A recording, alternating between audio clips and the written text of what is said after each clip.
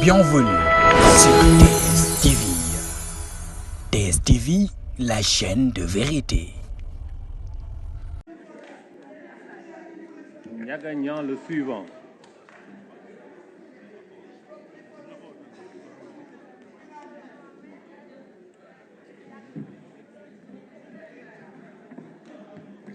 Monsieur le Président,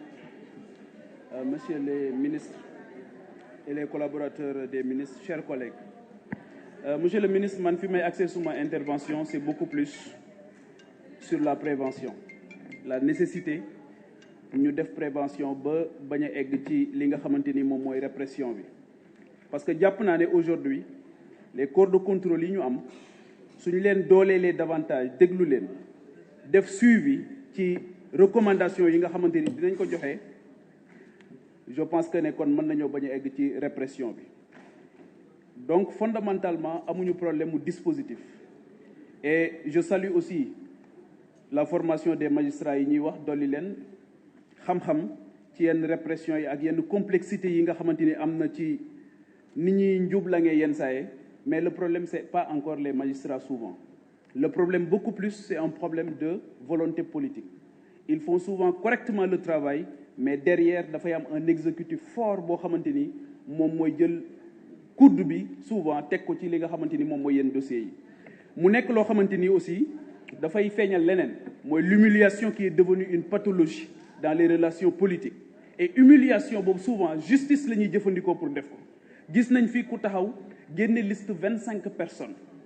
doomu aadama dafa fort trop et c'est là où on interpelle les hommes politiques par rapport à la dignité humaine parce que mënoo xëy jël 25 personnes listé leen ne dañoo luubal alalu Sénégal et au finish on se rend compte que finalement c'était une justice politique donc 1981 bi ñuy def cour bi man boobu bokk naa ci ñi nga xamante ni ganeeguñu woon àdduna 2012 ñu delloo siwaat ko c'est parce que y a un problème c'est un aveu d'échec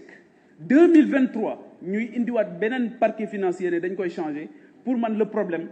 c'est moins le dispositif c'est beaucoup plus une volonté politique boo xamante ni amul parce que l'État est conçu malheureusement depuis toujours comme un instrument d'enrichissement illicite te lu ne fàng nag kenn du ko jeex ñun fi lañ nekk nous sommes des acteurs kenn ku ci nekk yeewu nga gis koo xamante ni wóor na la ne alal ji nekk ci loxoom bari na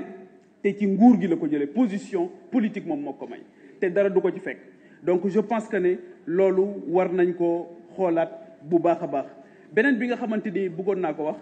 monsieur le ministre c'est aussi toujours par rapport au financement parce que tudd nañ léegi parrainage bi mais monsieur le ministre il faut que ñu xam ne démocratie aussi la loi de la majorité souvent doit servir à protéger la minorité wala les minorités majorité elle ne sert pas à écraser ni à casser dafay protéger loolu moo tax ñu jàpp ne ci élection am na ñoo xamante ni jàppale leen pour ñu bokk ci élection dafa bokk ci liy participer à une certaine élévation de la parole dans l'espace public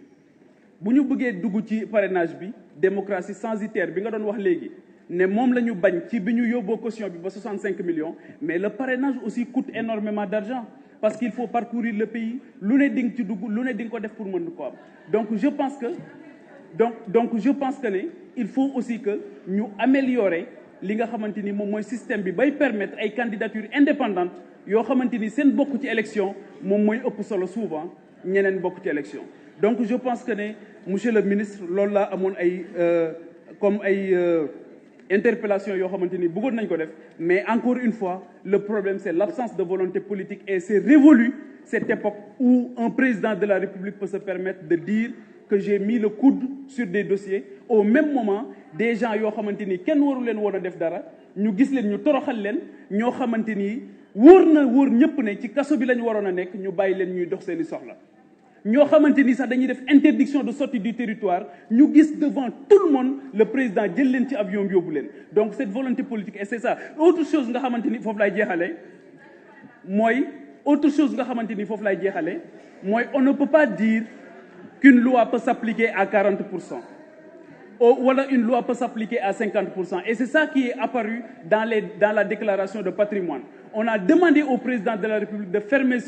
les yeux sur la déclaration de patrimoine, lui demandant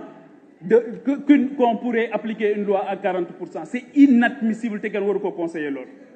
Donc je pense que ni loolu aussi ça paraît important et que de wax encore une fois ñu ni neen la kenn raxuñu encore nañu bàyyi di se servir de la justice pour humilier ay doomu aadama toroxal seen i doom toroxal seen i communauté toroxal li nga xamante ni moom mooy seen i je pense que ne loolu c'est important maa ngi leen di gërëm bu baax leen sant.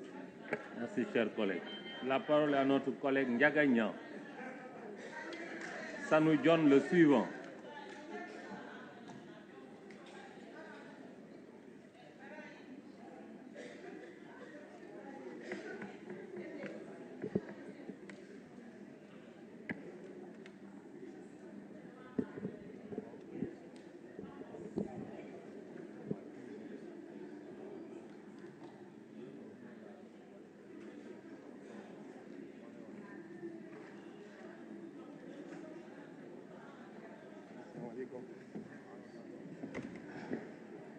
Monsieur le Président de l'Assemblée nationale, Monsieur le ministre de la Justice, garde des Sceaux, Messieurs les accompagnants du ministre, Monsieur le ministre, je voudrais me réjouir de la suppression de la CREI et de son enterrement de première classe, parce que tout simplement, nous avons, nous, au PDS, toujours combattu cette juridiction. Et nous en constituons, disons, la principale victime. Bienvenue sur TSTV. TSTV, la chaîne de vérité.